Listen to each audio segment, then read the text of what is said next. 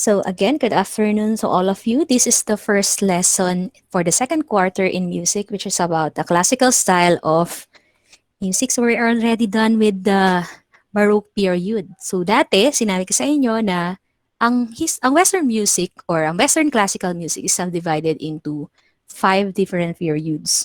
Namely, we have the pre-Baroque, which is yun yung medieval Renaissance. And then we have the Baroque period, yung diniscuss natin ng first quarter. And then we have the classical period, which is ito yung pag-uusapan natin ngayong second quarter. And on the third quarter, we will discuss the romantic period, that is the fourth. And lastly, we will have contemporary period, which is kung ano yung period na natin ngayon, with modern period. Yung modern period or contemporary period will be discussed on your grade 10. So, although yung 5 periods na yan ay iba-iba, meron siyang kanya-kanyang style sa bawat isa. Pero lahat sila, except for contemporary period, yung unang 4 na yun, pre-Baroque, Baroque, Classical, and Romantic, they are known as classical music. So, starting 1600s up to 1900s, that is considered as the classical music era. Pero nag-start na ng 1901 up to present, that is considered as contemporary period or the so-called modern period. So sa modern period, meron na naman panibagong mga genres na create. While nung classical music or classical era, from 1600s to 1900s, meron din siyang ibang genre na i-present, pero on the classical style. Now, bakit ko sinabi sa inyo? Kasi baka ma-confuse kayo doon sa mga terminologies na ginagamit natin ng classical music at saka classical period. So yung topic natin ngayon is about classical period. Classical period is just one of the periods of Western classical music. Yung mga Baroque music, classical music din yun. Yung mga romantic music, classical din yun. Pero, merong isang particular style ng classical music that is distinct from the Baroque and romantic music that was created during the classical period. So classical period is under the Western classical musical periods. So mayroon siyang distinct din na characteristic that is different from the styles of Baroque and Romantic. Okay, so moving on. Right. So our learning competency for our discussion today said at the end of the lesson, you'll be able to describe the musical elements of different given classical period pieces. So we will listen to some of the examples of pieces from the classical period, and then we will try to describe ano yung mga characteristic ng bawat elements ng music based on those pieces. Yan, so our topic is divided into 2 parts, which is about the introduction to the classical era and the characteristics of the classical style. So yan yung mga points niya: contrast of mood, rhythm, texture, melody, dynamics, and the piano, and then end of basso continuo. If you have time, you can take down notes para magkakaroon tayo ng interaction na hindi nyo naantayin pa yung presentation para makasabay kayo sa akin. Yeah, so just take down notes kasi may mga bagay akong sinasabi na hindi lumalabas sa presentation na ito. Alam nyo na naman yan. Yan. So let's start with the first topic, which is about the introduction to the classical era. So nung namatay si Johann Sebastian Bach, siya yung huling composer from the Baroque period, si Johann Sebastian Bach. When he died on 1750, namatay na rin yung Baroque style in terms of music. Why? Kasi yung mga tao, yung mga sumunod na composer sa kanya, hindi na nila sinundan o ginaya yung style ng Baroque music. Kumbaga, nag-create na sila ng panibagong style which is anti-Baroque. Okay? That is what we call the classical period music. So kaya makita ninyo, it's very specific na nag-end ang Baroque period ng 1750 because 1750 is the end of Johann Sebastian, is the year where Johann Sebastian Bach died. And then, nung mga time na yon, yung mga next composers, hindi na nila sinunod yung style niya. Kaya bagong era na yung music nun. And then, as you can also see, sa classical period, siya lang ang bukod-tanging period sa lahat ng mga yan, dyan sa 4 na yan, na nag-end at nag-start ng eksaktong panahon. Okay? So, makita ninyo, 1827, that is very specific. Merong mga ibang libro, sinasabi nila 1820s daw, nag-end na ang classical period. Pero to be specific, 1827 siya nag-end because that is the end of Yun naman yung year na namatay si Ludwig van Beethoven. Pero bakit meron kayo ibang book na makikita? Sinasabi dyan na 1820s pa lang, nag-end na yung classical, hindi siya nag-end ng 1827. The reason why is because 18 yung last 7 years ng buhay ni Ludwig van Beethoven, he's no longer living the classical style or the classical period style.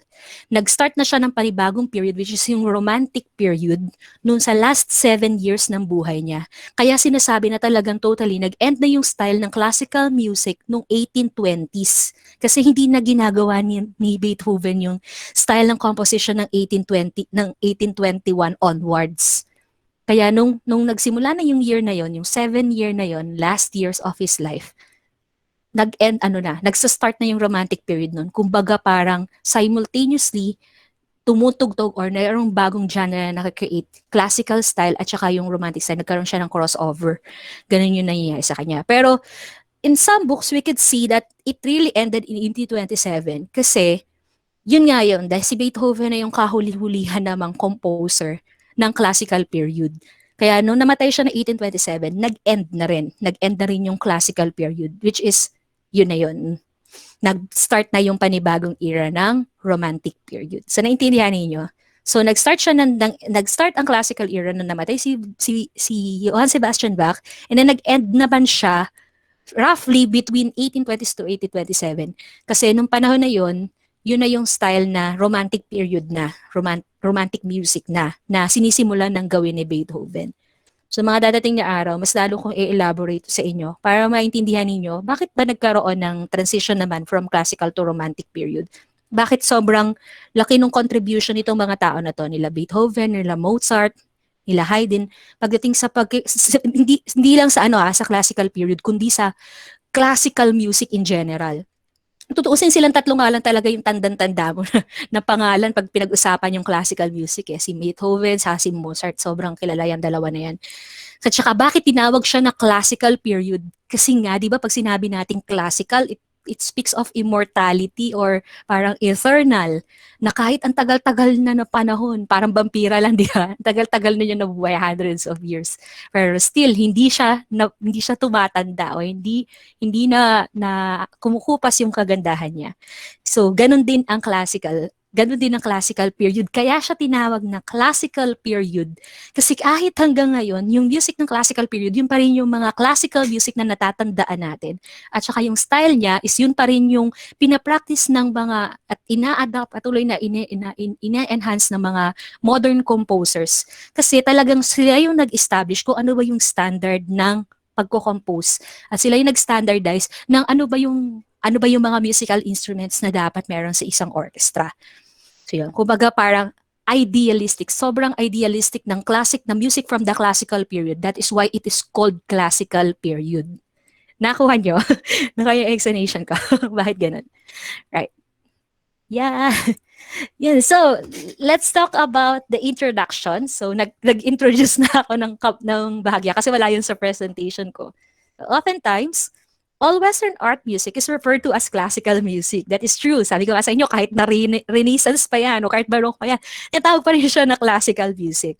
Pero bakit ba? Bakit siya tinatawag na classical music? Sabi dyan, this comes from the fact that a large amount of music from this era has remained popular up to today. Kasi nga, sobrang ganda ng branding. Parang nag-create ng branding yung classical period na parang lahat ng classical music tinagurian na nilang classical music kahit hindi siya from the classical period. Yun. So as a reaction to the excessively fancy music of the Baroque era, classical musicians like Mozart and Haydn preferred balanced structure, clear organization, and simple melodies. They established rules for music that provided a framework for composition. Sila Mozart, sila Haydn, mga kilalang classical composers, sawang-sawa sila sa sawang-sawa sila sa style ng Baroque. Imagine ninyo, pag kumakain ka na, di ba sa simulang kain mo ng lechon, sarap na sarap ka pa. O sabihin natin lechong paksiw, yung unang luto mo ng lechong paksiw, masarap pa siya. Kasi hindi mo siya laging natitikman, hindi siya laging inihahain. Pero kung araw-araw mo kinakain lechong paksiw, kahit gaano kasarap yung timpla niyan, kahit ilang beses mo initin at sumarap yan, magsasawa ka, mauumay at mauumay ka. Hahanapin mo pa rin yung lasa, hahanapin mo yung lasa ng sardinas o saka sinigang. So, ganun din yung nangyari sa mga composers, o mga tao noong panahon ng classical period. Since umay na umay sila doon sa sobrang arte, sobrang dami ng mga dekorasyon, ng Baroque style. Hindi lang to sa music, pati din sa arts. So, sobrang umay na umay sila doon sa sobrang kagandahan o sobrang kaartihan, pagiging OA ng Baroque period. Pag hinanap naman nila yung kasimplehan, yung pagiging balance, pagiging klaro, ng mga bagay-bagay in terms of expression in the arts. So, mapapansin ninyo, if you will listen to the music from the classical period, the melodies are easier to be remembered, and the organization of music makes sense compared to the Baroque music, and then the structure is more balanced, walang monotonous ka na sound na maririnig compared sa Baroque, kasi nga, yun nga yung hinahanap ng mga tao nung panahon ng classical period. So basically, ang reason ko bakit natanggal ang Baroque period kasi umay na yung mga tao sa Baroque style. That's one. So since sobrang arte ng Baroque, gusto naman nila ng masimpleng putahe, parang gano'n. So, new genres were born, such as symphony, which is a four-movement, elaborately instrumental piece that made use of full orchestra and featured the traditional sonata, while others like opera were greatly improved.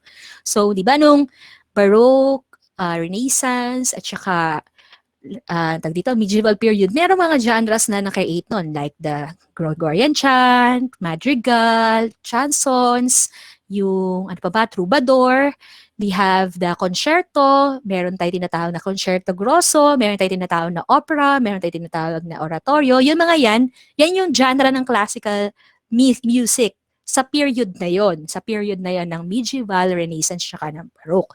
Pero nang pumasok na yung classical, may panibago na naman genre na na-create. Yun na nga yung tinatawag natin na symphony, yung sonata. Tapos yung opera na dating nasimula ng Baroque period, mas lalo nilang in-enhance or in-improve. And then at same time, nagkaroon ng panibagong itsura yung orchestra. Before kasi, ang orchestra, it is only composed of 10 to 20 people.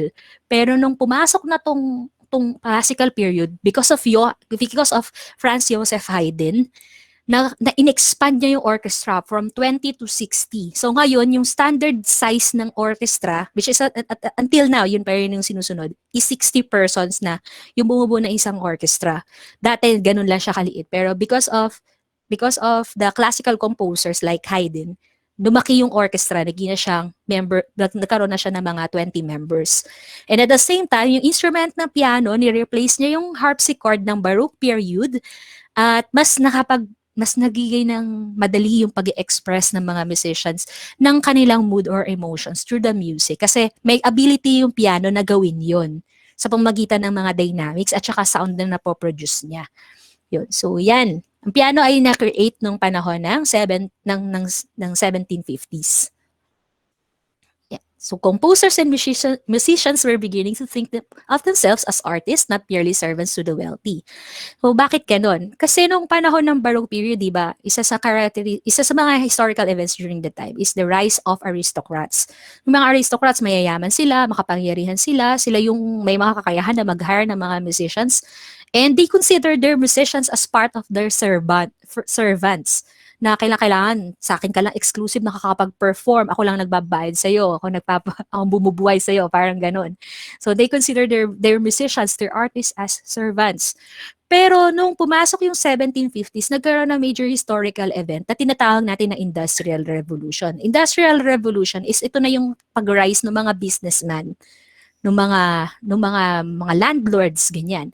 So may yung mga ordinaryong tao, hindi sila part ng aristocrats or hindi sila part ng royalty. Pero dahil sa business, nagkaroon sila ng income, kaya yumaman sila at nakakaya na nilang makabili ng mga concert tickets, nakakaya na nilang magpagawa ng mga magagandang bahay. So meron na silang na gawin yung mga yung mga practices na dati exclusive lang na na-experience ng mga mayayaman. So yan. Sa Industrial Revolution, because of that Industrial Revolution, mga tao nagsimula na sila magkaroon ng pera.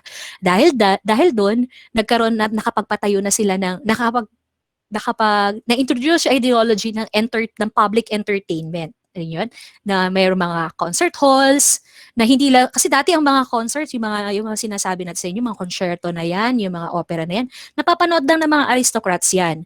Pero nung pumasok na yung classical period, dahil nga sa medyo nagkakaroon na ng kakayahan yung mga ordinary people na bumili ng mga concert tickets. So nakakapagpatayo na ng mga public concert hall. So hindi na lang exclusive ang music sa mga mayayaman, kundi pati yung mga ordinary people, meron na din silang kay na makapanood ng mga concerts.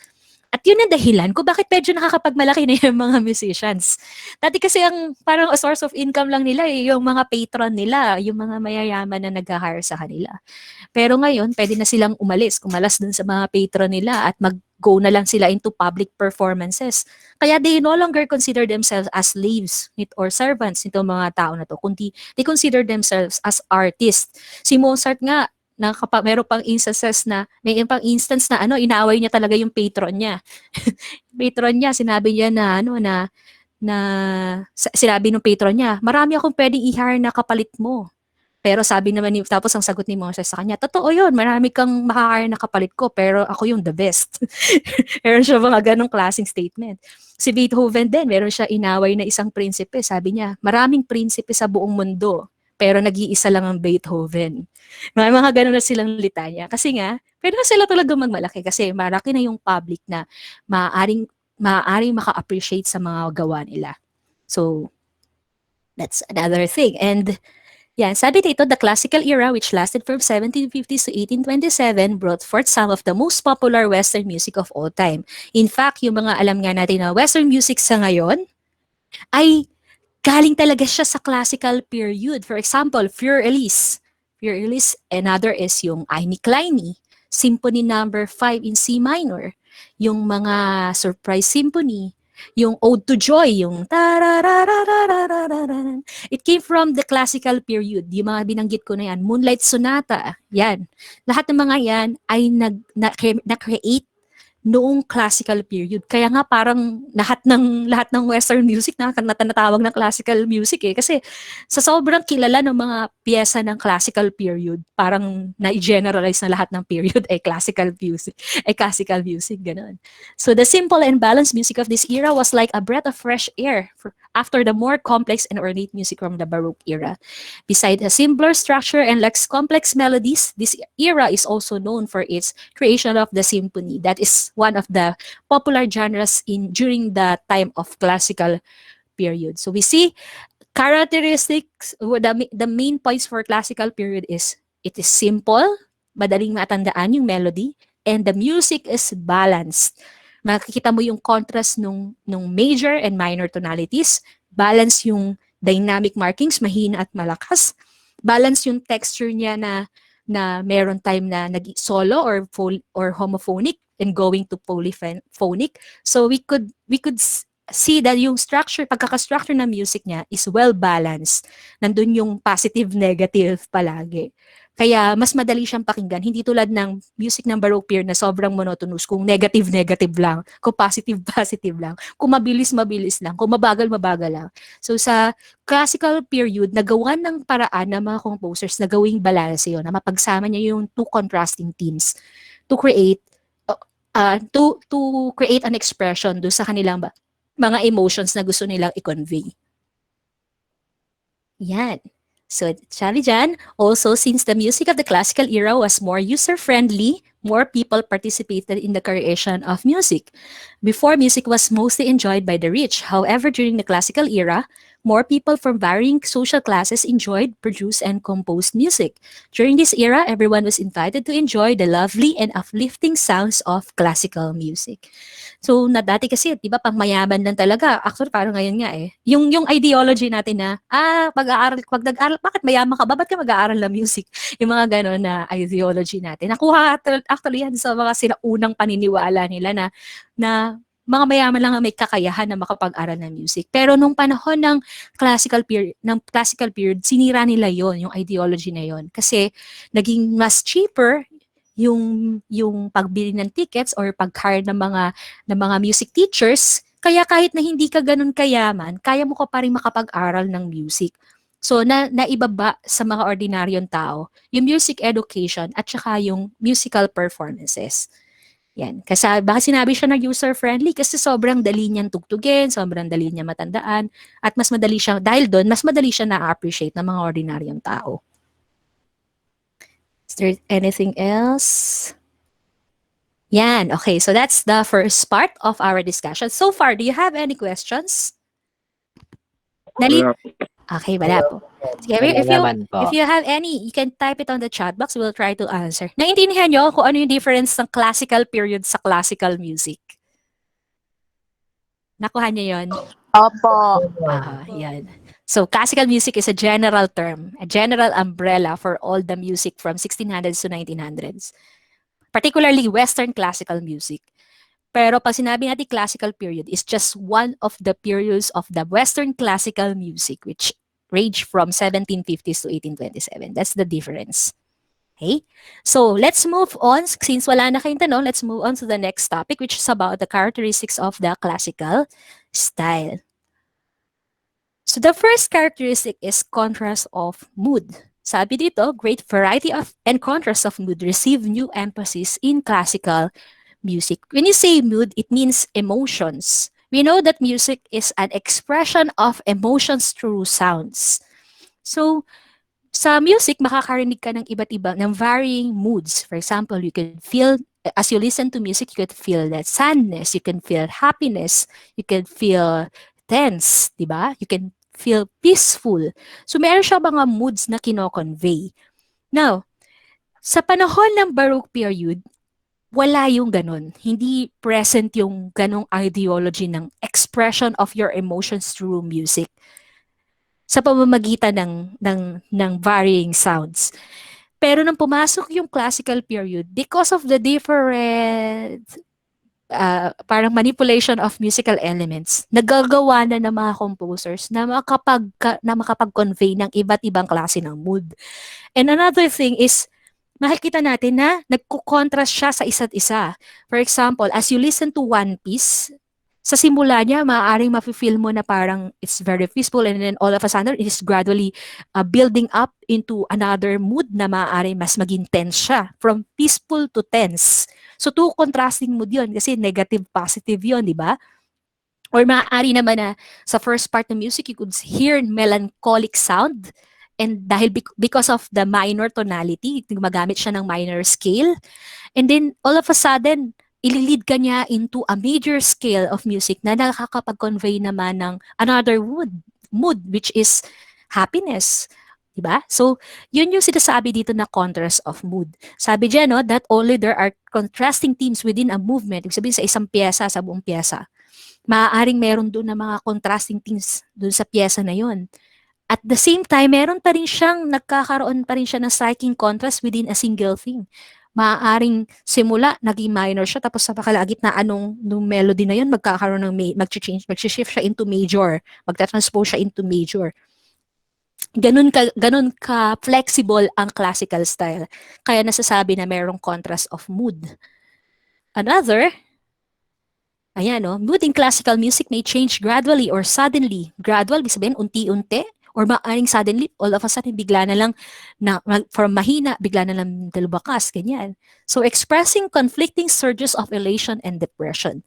However, composers of classical music were able to impart unity and logic to music of wide emotional range. So, the conflict and contrast are still under firm control and balance. Hindi naman yun yung parang baliw lang na masaya ka tapos bigla na lang lumungkot. Hindi siya ganun. Kumbaga, nagagawa ng mga composers na ililid ka niya unti-unti to another emotion. So baga, if you listen to the music, first ma-feel mo tong emotions na to na negative or parang melancholic, and then gradually maririnig mo sa music unti-unti siya nag-change that could lead you to another emotion. So nandun yung logic. Hindi siya yung basta-basta na lang na lumitaw na lang yun, nagko-kontra na lang yun. Kaya nandun pa rin yung unity and logic to music kahit na napakarami niyang emotions na ikino-convey as you listen to it. Yeah, so para mas lalo niyo maintindihan ko ano in-explain ko, let's listen to one of the famous compositions by Mozart.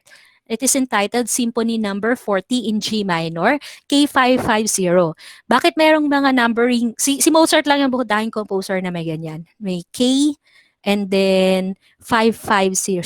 550. Kreutzer, siya kasi yung nag-compile, and then yung 5550, number 550. Kasi nasa 600 datang compositions niya.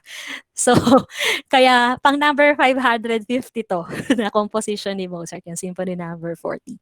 So, let's listen to that. And let's try to analyze yung sinasabi ko na contrast of mood, your shifting of mood.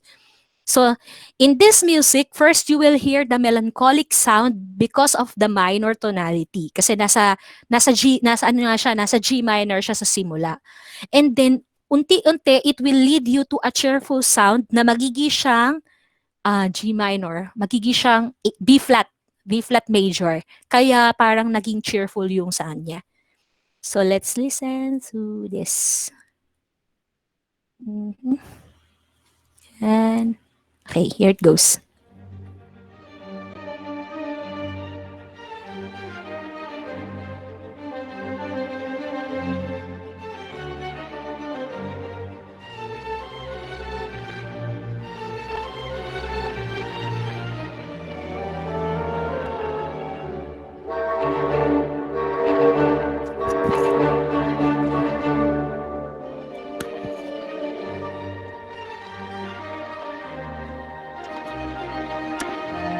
Okay. So from melancholy, nilid siya into cheerful sound, which is in major key.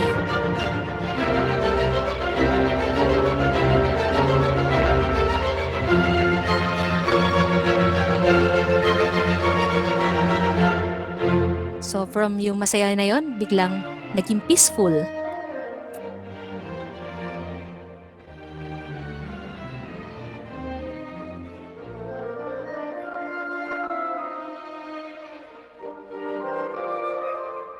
So from peaceful, unti-unti na naman siya magbi-build up into another mood. Yan yung sinasabi kasi niya na nililid kanya gradually. And then ayan, so naging malakas na naman siya. Ando na naman yung tension.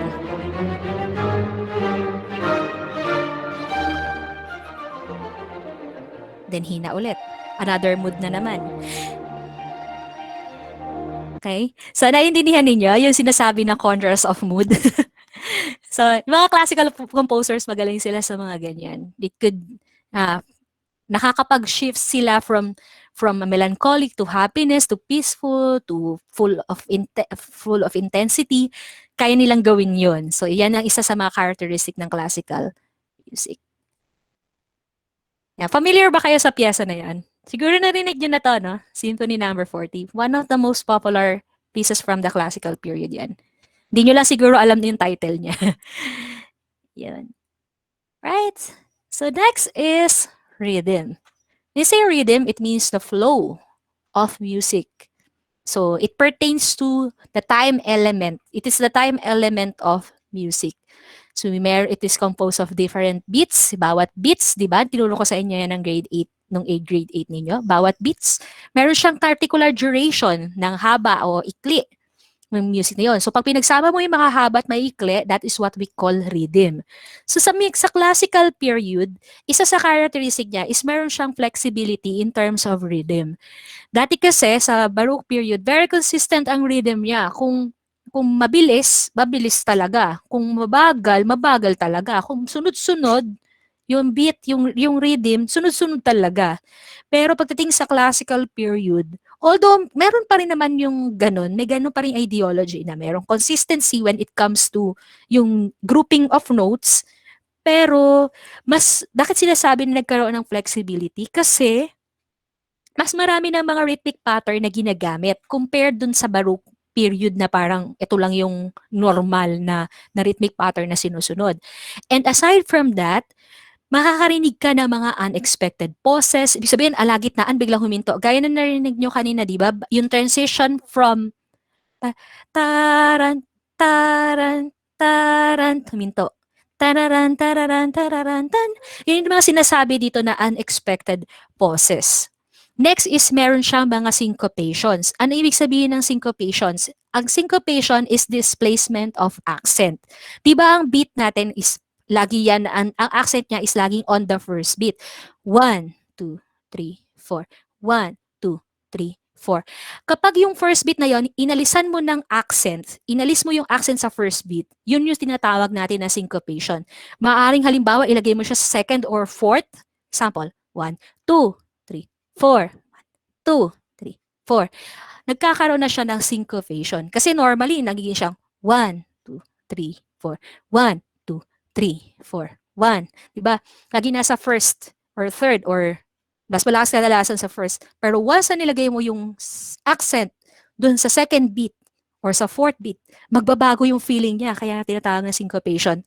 1, 2, 3, 4. 1, 2, 3, 4. It becomes abnormal to us, yung feeling na yun. Kasi parang naturally, we want the accent to be put on the first beat. Yeah, so sa classical composers, ginagamit nila yung syncopation na yun para mas makapag-convey ng mood. Second is yung, another is yung frequent changes from long notes to shorter notes. Kasi nga, nagkaroon na ng variety in terms of rhythmic patterns. So classical composers achieve a balance in the temporal element. Temporal element, it means yung rhythm, rhythmic part, and tempo. Between consistency and inconsistency, you can hear sometimes that the beat is consistent and then sometimes makakaranas ka ng unexpected poses, parang i-hold ka niya konti bago siya susunod. And then minsan may syncopation. And then, meron din siyang simplicity and complexity. May time na simple lang yung rhythm niya, just like what we have heard a while ago. Pararam, tararan, tararan, tan, tararan, tararan, tararan, tan. Sobrang simple nung rhythm nun. And then, all of a sudden, bigla nagkaroon ng magulo na naging complex na yung rhythm niya. So, that is what we call flexibility in rhythm. So, one of the most popular example of flexibility in rhythm in terms of the classical period is the composition by Ludwig van Beethoven. It's entitled The Moonlight Sonata. Isa ito sa mga kilalang pinakakilala yata na mga composition ni Beethoven because this is very controversial. Why? Yan, so bakit? Ayan, violin lang po bang instrument niya? Hindi yan, ano yan, buong orchestra yan. Yan. So, para po yung Philippines ka. Ayan, tama. Yan, so bakit ba controversial ang Moonlight Sonata? The reason why is because of the story behind it. Isa to sa mga conspiracy theories ng Western music. Yung pagko-compose sa Moonlight Sonata. Ewan ko kung nanonood kay Detective Conan. I believe it was featured in one of its episode yung pyesa na yan ng Moonlight Sonata ni Beethoven. Why? Si Beethoven kasi, yung kwento ng buhay niya is very, parang colorful or parang sobrang dami ng ganap. Sobrang dami ng ganap sa buhay niya. Nagsimula siya ng bata siya na mahirap lang sila. Ang tatay niya ay lasinggero. Tapos, hindi naman siya talaga talented sa music. Pero yung tatay niya, inggit na inggit sa tatay ni Mozart. At lagi siyang kino-compare na gusto niya na yung anak niya ay pagkakitaan niya din gaya ng tatay ni Mozart. Ganun. So parang si Beethoven, parang lagi siya nakukumpara sa ibang tao or sa ibang composer. Wala naman siyang talent sa music. So pinipilit siya ng tatay niya mag-aral ng music to the point na lagi siyang sinasaktan, lagi siyang binubugbog. Tapos there is also one time na parang sinet up siya ng papa niya, naggawa ng concert, sinabi sa buong public na magko-concert yung anak niya. Hindi naman nagpa-practice yung anak niya, wala naman talent sa music. So, nakuha niyo yung point. So, lagi siyang nabubog, ang lukot-lukot ng simula ng buhay niya. So, nawatay yung papa niya, nagsimula na siyang maging genius. All of a sudden, parang nagbago yung buhay niya. Na lumabas, saka palang lumabas yung creativity niya, yung talent niya pagdating sa composition, yung galing niya sa pagtugtog. Kasi siguro, dahil wala nang pressure, na wala nang bubugbog sa kanya. So, naging dali yung buhay niya. Hanggang sa naging sikat siya sa buong Vienna. Naging sikat siya sa buong Germany. Ang dami niya naging sobrang iconic ng pangalan na Beethoven noong time na yun. Tapos from that, nagkaroon na naman ng panibagong problema si Beethoven. Kasi nung age niya ng 20s, nagsimula na siyang maka-experience ng hearing loss. Kung ikaw ay isang composer at isang musician, napakalaking disability ng pagiging bingi.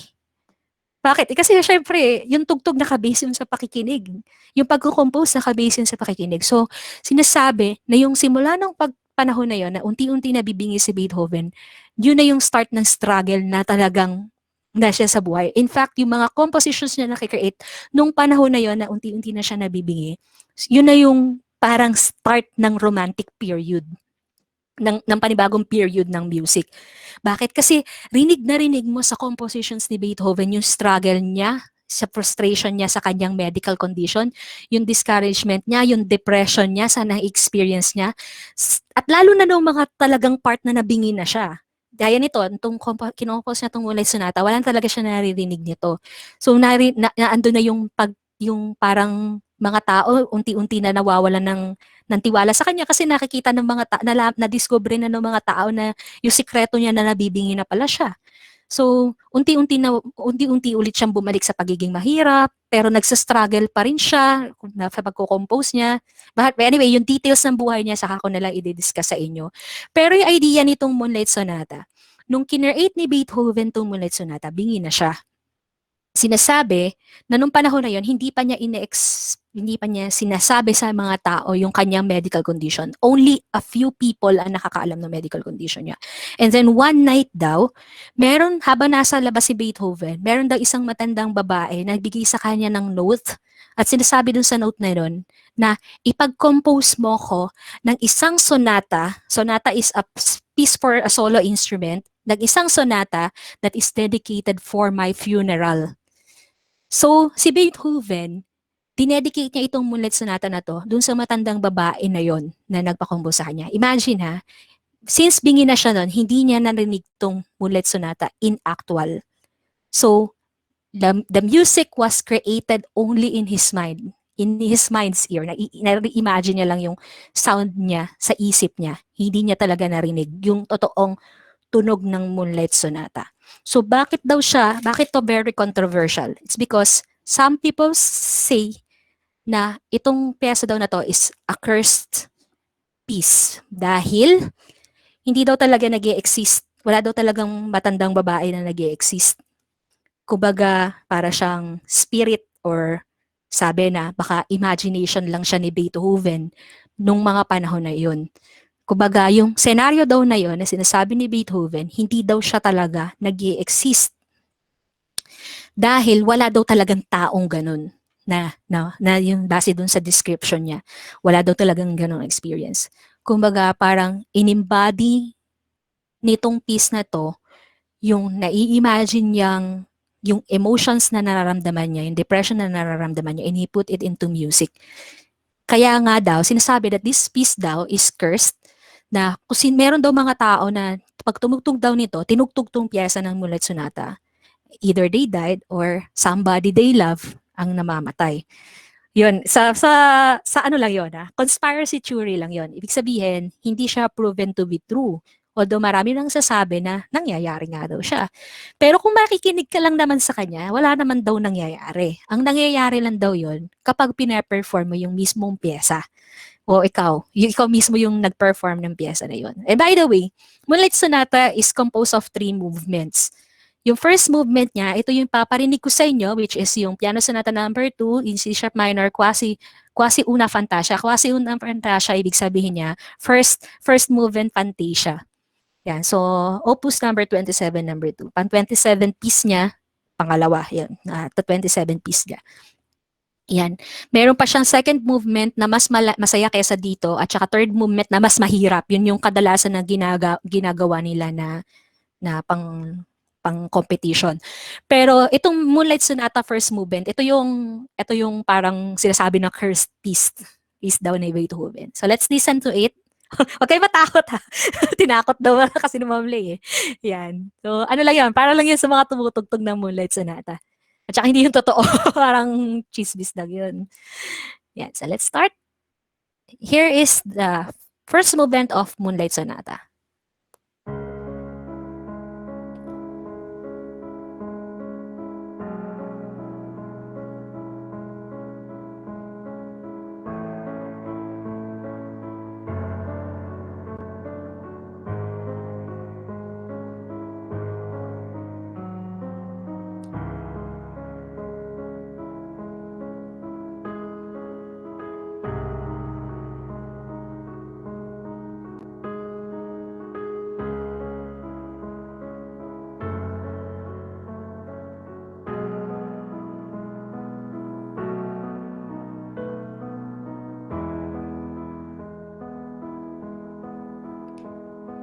Okay, so as you can hear, may mga part na bumibitin siya. Bitin. Bago yung susunod na rhythm. Pam, pam, pam. Hindi siya tulad nung typical na rinig na rinig mo yung rhythm, di ba? Tan, tan, tan, tan, tan, tan. Pero may part na bumibitin siya. Bagal.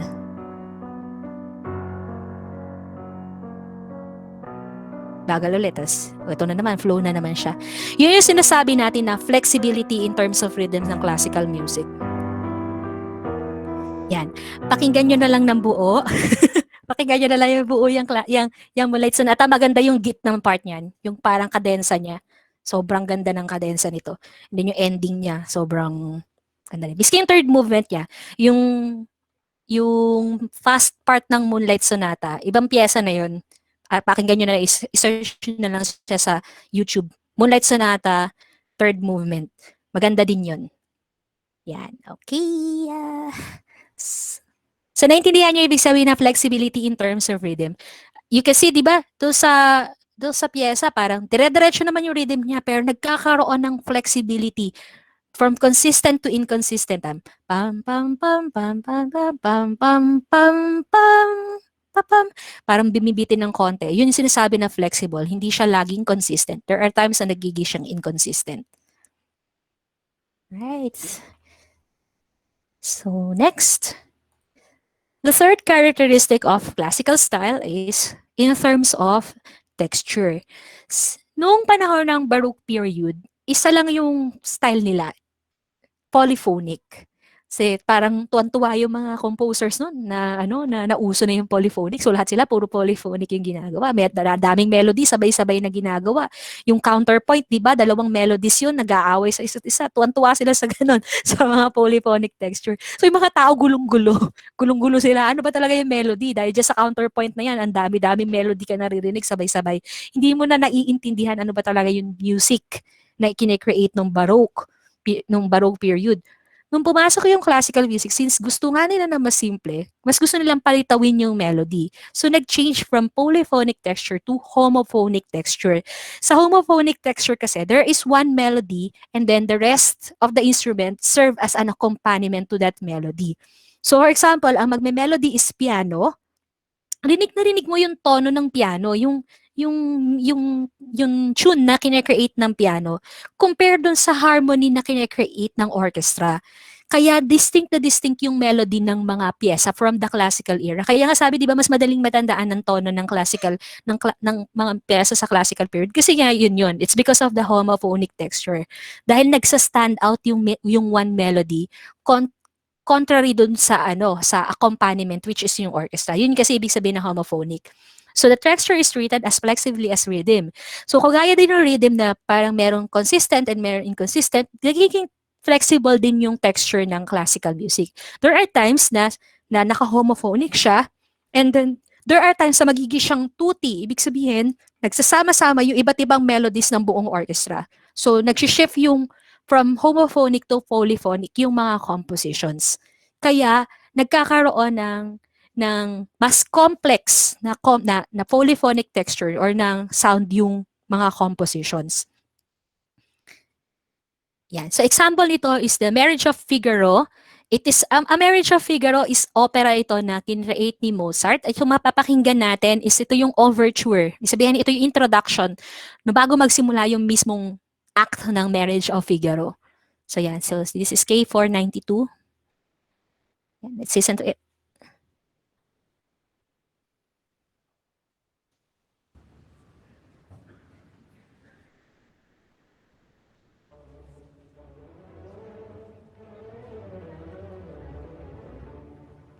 Melody. Yan. Okay. Polyphony. Yan. Homophonic ulit. Homophonic ulit. And then all of a sudden, magiging na siya polyphonic.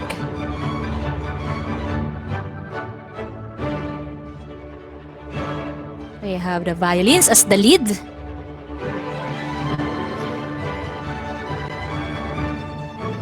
Then trumpets. Then French horn.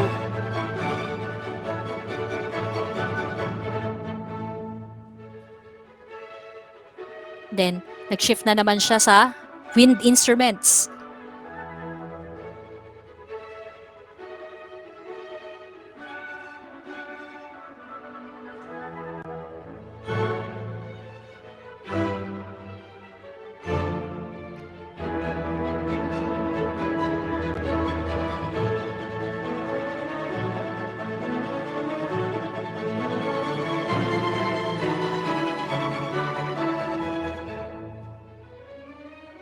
Shift na naman siya sa homophonic.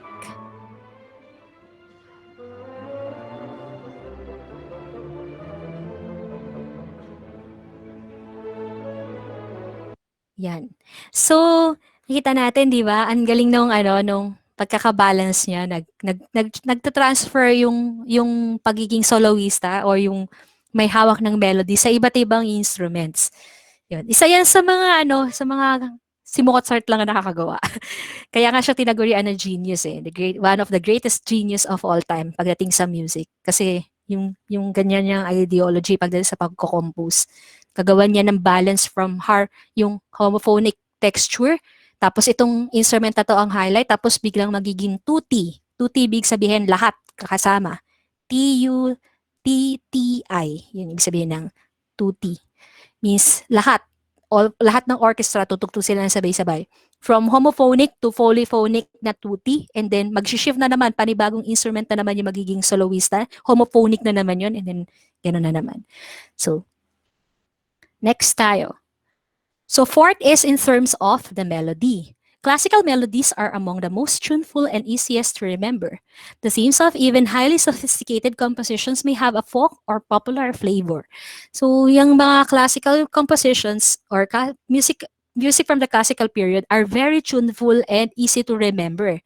Sobrang madali mo siyang matatandaan. In fact, yung mga classical music nga na alam natin na hindi naman natin alam yung title, pero natandaan natin, kadalasan galing siya sa classical period. Kasi nga, very tuneful and easy to remember ang mga composition from the classical period. Yan. So, while Baroque melodies are less symmetrical, more elaborate and harder to sing, classical melodies tend to sound balanced and symmetrical, making it easier to be remembered. And then also, major and minor tonalities or modes were clearly established in the classical period. Nung kasing Baroque period, hindi malinaw yon kung naging minor key ba or major key siya. Pero sa classical period, alam mo na minor yun. Alam mo na major key yun. Yeah, so there are frequent modulations that went occasionally to more distant keys. Modulation ibig sabihin from major to minor or minor to major. Yan. So let's listen to some of the most popular pieces from the classical period. One is Für Elise or For Elise. Si Elise ay love of life ni Beethoven. Yan. Although marami sila. Marami sila mga jowa niya. Yan.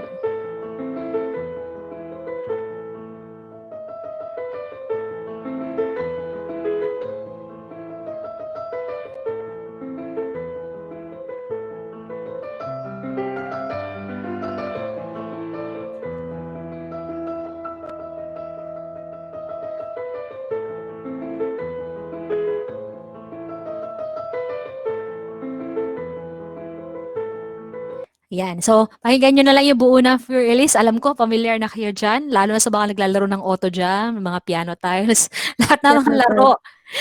Yeah, yan. Lahat ng mga naglalaro ng mga piano tiles. So, yan. Alam niyo yung Pure Elise na yan. So, yan ay dedicated sa kanyang love na si Elise. Yan, Pure Elise. And then another one is the Eine kleine Nachtmusik by Mozart. So, ibig sabihin na Eine kleine is a little night music. Yan. Yeah.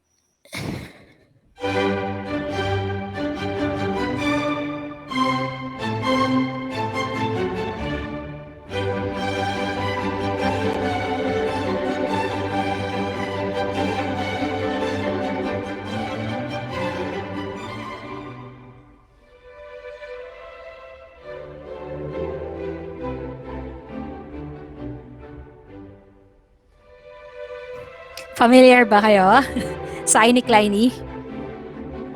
Opo. So, yeah.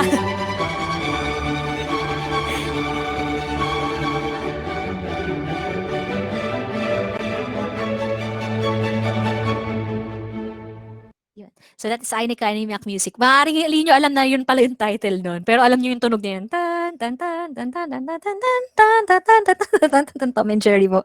Yun. Alam natin na, ay, familiar ako doon, pero hindi nila alam yung title. Another example is, alam nyo yun. Dan, dan, dan, dan, dan, dan, dan, dan.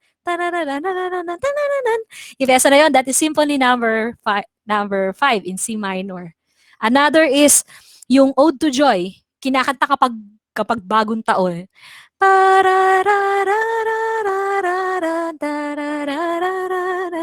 Yung piyesa na yan, galing din yan sa classical period. It is called Symphony number 9 ni Beethoven, Ode to Joy. So sa mga dadating na araw, sa kanila natin sila i-elaborate isa-isa. Next. Okay, so last two, dynamics and the piano. So when we say dynamics, it is the element of music that pertains to the volume or the softness and loudness of sound.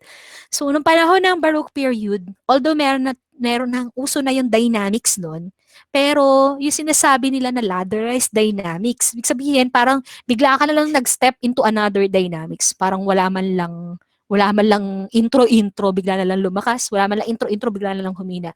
Kasi yung mga instruments dati, hindi nila kayang gawin yung gradual na paglakas or paghina.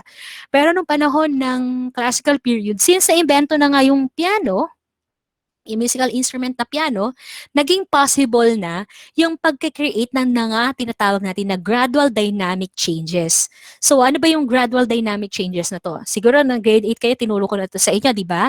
Yung tinatawag natin na crescendo and decrescendo. So yung mga symbols na yan, yung decrescendo at saka crescendo, yan yung parang greater than, less than na symbol sa music. So crescendo is yun yung ano ba yun? Greater than? Hindi ko alam yung greater than. Less than ng crescendo. And then, yung decrescendo that is greater than. Yun yung symbol na yun. So, sa crescendo, ang ginagawa is gradually getting louder. From soft, unti-unti siyang nagiging malakas. While decrescendo is gradually getting softer. From malakas, unti-unti siyang humihina. So, because of these musical symbols, because of crescendo and decrescendo, mas nagkaroon ng mga in-between sa dynamic markings na piano at saka forte. Ang sabihin ng piano, soft. Ang sabihin ng forte, loud. Before kasi, pag piano, piano lang. Kapag forte, forte lang. Pero because of the creation of crescendo and decrescendo, nagkaroon ng mga in-between sa piano at saka sa forte, which we called pianissimo, pianissimo, o kaya mezzo piano, mezzo forte. And then nagkaroon ng mga mas intense na piano at saka na forte. For example, itong pianissimo, this is very soft. Yung pianissimo, yung tatlong P, it is very, very soft. And then yung fortissimo naman is very loud. Fortissimo is very, very loud. So, naging possible na yun ng panahon ng classical period because of the symbols crescendo and decrescendo. Next is, yan na nga. So, the desire to gradually change dynamics led to the replacement of harpsichord by the piano. Dahil doon panahon ng Baroque period, ang ginagamit nila na organ, di ba, is yung harpsichord, yung parang keyboard instrument nila is yung harpsichord. At ang harpsichord, wala siyang kakayahan na gawin yung dynamics ng crescendo and decrescendo. Why? Kasi pinapluck nga lang niya yung strings. Kung ano yung press mo dun sa keys niya, yun na yung sound na i-create niya, yun na yung lakas niya. Pero because of the piano, yung piano kasi meron siyang kakayahan na mai-produce yung tinatawag natin na gradual change in dynamics. Kasi depende sa pressure na ibinalagay mo dun sa keys yung dynamics na kayang i-produce ng piano. So, example, mas magaan yung pressure na kiniit mo dun sa keys, mas magaan din, mas softer din yung sound niya. Pero kapag binagsak mo yung piano, nilakas mo talaga binigatan mo talaga yung pag-press mo dun sa keys. So, magkikita na siyang forte. Kaya may kakayahan yung piano na mag-change, mag-vary ng dynamic markings compared sa harpsichord. Kaya, nung mga tumagal na, nung panahon na ng classical period, napalitan na yung harpsichord ng piano. Yan, so example is ito. Din yung gradual change in dynamics. From loud, biglang hina. And then, unti-unti build up. Lakas.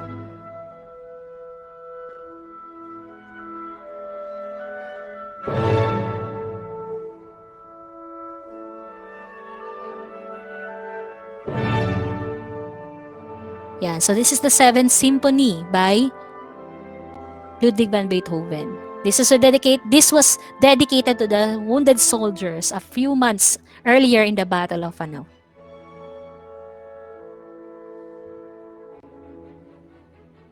Yan. So, unti-unti siya nagbi-build up.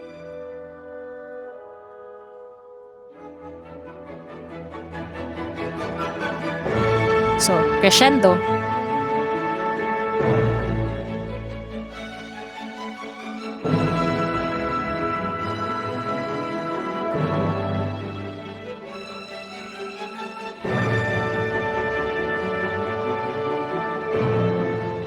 Then, decrescendo. Crescendo. Decrescendo. Okay? So, another example is this mga pinasikat ni Haydn na surprise symphony. Kasi madami daw natutulog sa performances niya. Kaya gumawa siya ng surprise symphony.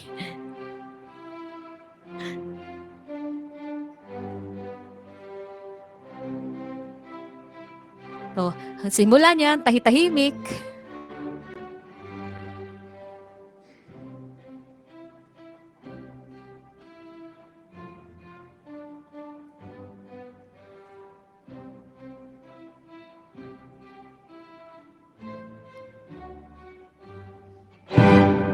Yun, yung sinasabi natin na surprise symphony. Kasi bigla na lang mayroon lalakas. So, sa kabuuan ng piyesa na yan, pakinggan nyo na lang, magugulat na lang kayo, bigla na lang may lang boom, gano'n na mga tunog dyan. And last is the end of the basso continuo. Yung basso continuo ay style ng pagko-compose nung panahon na Baroque period wherein yung bass or yung accompaniment niya is nagiging improvised. Merong ginagawang improvisation, ibig sabihin on the spot nagki-create yung nagtumutugtog ng basso continuo ng bass niya, ganyan.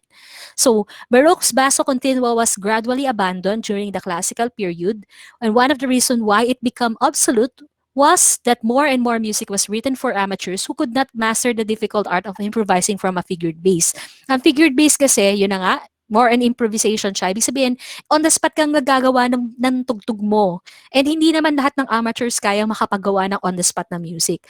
So since yung ang classical period ay more on user-friendly or para kahit hindi ka sobrang galing, kaya mo siya ma-perform. So talagang discard na nila yung konsepto ng basso continuo kasi nga hindi naman lahat kayang gumawa ng basso continuo. And another reason is that classical composers wanted more control. They preferred to specify an accompaniment rather than trust the judgment of improvisers. Kasi ang isa sa mga downside ng basso continuo, since improvisation nga siya at on the spot mo siya ginagawa, yung mga isama mong musicians, wala siya ng idea kung ano yung gagawin mo. So, nagiging magulo yon para sa part ng ilang mga musicians. Nahihirapan sila mag-adapt sa gano'ng klase ng style ng pagko-compose. Kaya, yung mga composers ng classical period, ayaw na nilang gamitin yon dahil kasi nga, gusto nila nakokontrol nila talaga yung composition nila o yung sound na nakikreate nila. Kesa sa i-rely nila yon sa improvisation na ginagawa ng mga nagpe-perform ng basso continuo. So, ang ginagawa nila is specify na lang talaga nila, sinusulat na lang talaga nila yung notes ng accompaniment para maging clear yung takbo ng music. Mas kontrolado yung sound na napoproduce. Hindi tulad nung mga ginagawa nung Baroque period na sobrang yung improvisation. Kaya medyo magulo yung nag-create. So, nung panahon ng classical period, hindi na talaga ginagamit itong ang basso continuo na to. So, nagkaroon na ng mas maliwanag na bass part or ng accompaniment part pagdating sa mga compositions. Yan. So, that's the end of my discussion. For the questions to ponder, here are some of the questions that you could answer dun sa ating activity. Yung details nito activity na to, ipapost ko na lang sa Google Classroom natin. So, how did classical music different differ from the Baroque music in terms of characteristics. So you could differentiate the music of Baroque period and the classical period. And then the second question is that what are the changes that happen in the music during the classical period?